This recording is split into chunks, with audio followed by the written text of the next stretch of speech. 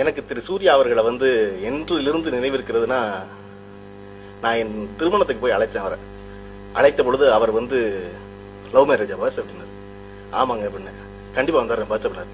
அப்ப கண்ணில் லேசா மின்னுச்சு அவர் கண்ணில். நான் அவரும் படம் இந்த படம் வேற செஞ்சதில்லை, அசிஸ்டன்டா கூட நான் இருந்ததில்லை.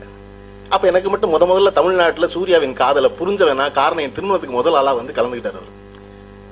அதன் பிறகு சிவப்பதிகாரம் படத்துக்கு வந்து விஷால் அவர்கள் வச்சு இயக்கிய படத்தை வந்து துவங்கி வச்சது அவர் தான். அதன் பிறகு இந்த ஜன்னலோரம் படத்தினுடைய இசை வெளியீட்டு விழாவுக்கு ஒரு முறை கூட மரியாதை நிமித்தமாக கூட நான் அவர் அழைக்கல. என் தயாரிப்பாளர் அழைச்சாரு, இங்க வந்திருக்காரு. அப்ப எந்த படமும் பணிபுரியாமல் எனக்கும் சூர்யாவுக்கும் இப்படி ஒரு நட்பு தொடர்ந்து இருக்கும்னா பணி புரியாமலேயே இந்த நட்பு தொடர வேண்டும் என்றே அமீர் அவர்களை கேட்டுக்கொள்கிறேன்.